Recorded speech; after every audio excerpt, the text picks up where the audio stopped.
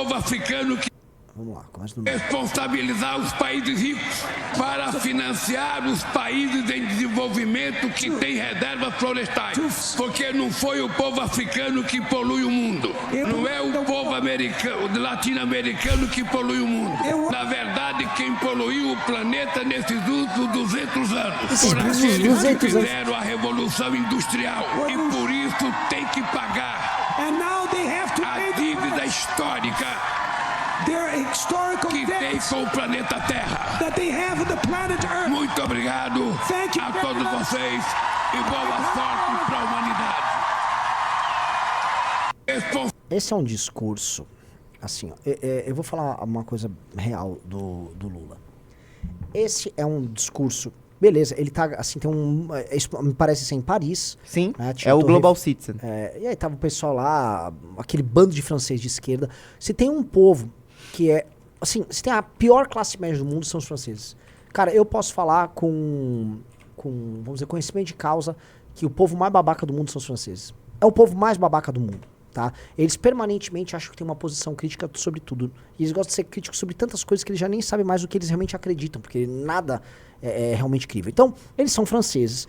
A França foi um dos 5 primeiros países a aderir à ideia de uma revolução industrial, a se industrializar.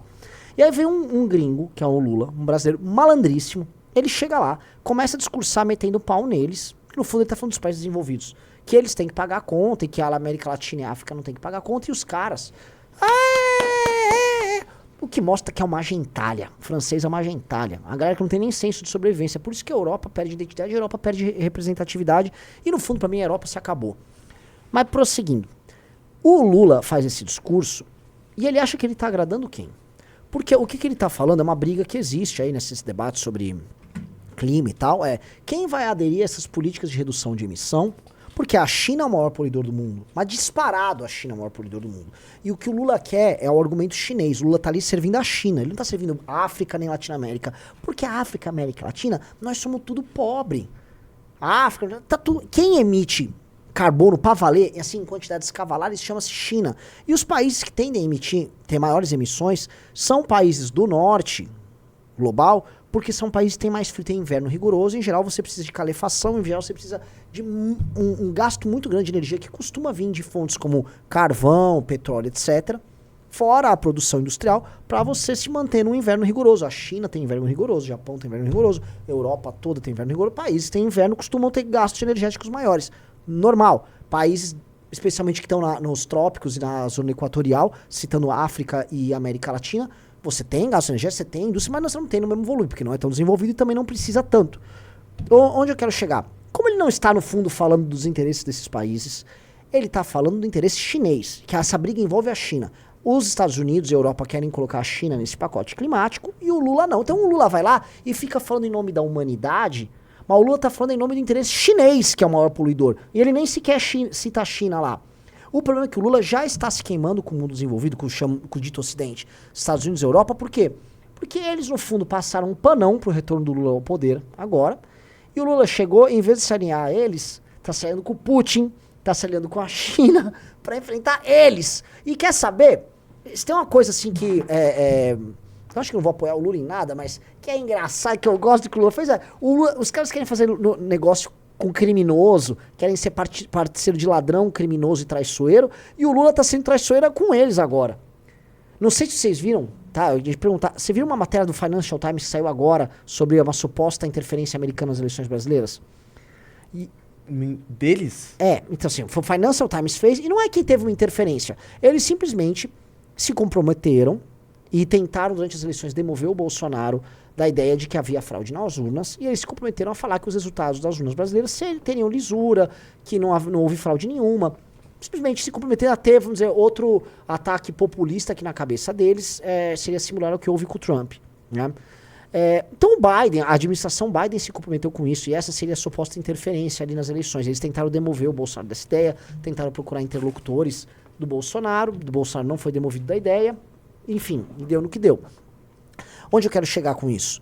O Lula ganha a eleição e ele se alinha à China. A primeira reunião que ele tem com o Biden foi uma reunião meio tensa. Não deu em nada. E aí o Lula se alinha ao bloco chinês, se alinha à Rússia. E aí o Biden agora tá pistolaço com o Lula. Que ele tá tipo, entendi, eu garanto a lisura, você não toma um golpe desse Bolsonaro aí, e agora chega aqui, você se alia com o Putin. Mas esse cara é um canalha vagabundo. E aí o mundo desenvolvido tá pistolaço com o Lula. A primeira questão é a gente retratar os países que o Lula está se envolvendo, né? Então, aquele papo de Lula pela democracia ou vamos melhorar as relações exteriores, que foi um dos maiores fiascos do governo Bolsonaro, caiu por terra. Mas eu vou aproveitar para dar uma comentada sobre a questão ambiental, que é um tema que eu tenho muito carinho e que, infelizmente, a gente tem poucas oportunidades de estar comentando, porque simplesmente a Marina Silva está sumida, né? Assim como qualquer tipo de ação que vem sendo realizada no Ministério do Meio Ambiente. A primeira coisa interessante daquele discurso do Lula é que essa narrativa que ele coloca, essa argumentação que ele coloca, que a conta de preservação ambiental não tem nada a ver com os países subdesenvolvidos e quem deve pagar essa conta são os países desenvolvidos, é o mesmo discurso que os próprios ambientalistas xingavam que era a narrativa do Bolsonaro. Quem tinha esse discurso de nós não iremos pagar a conta era o governo Bolsonaro. Sim. E agora o governo Lula está repetindo e ninguém está falando nada. Eu sou muito envolvido com a pauta ambiental ainda e vejo um silêncio, uma complacência gigantesca acerca dos demandas que estão sendo realizados no governo Lula. Por quê? Porque o Lula, durante as eleições, e é legal, Renan, prestar atenção, porque dá pra ver quando o Lula, ele mente, assim. Dá pra ver quando ele fala algo que ele não acredita. O Lula sempre achou que a questão ambiental era uma pauta de playboy. Sim. Que, na verdade, era contrária a reais interesses da população, dos reais trabalhadores, etc., que queriam desenvolvimento. Então, o Lula não somente, ao longo dos seus governos, teve algum resultado positivo ali nos primeiros anos de redução do desmatamento através do PPCDAN, mas muito mais apesar do Lula.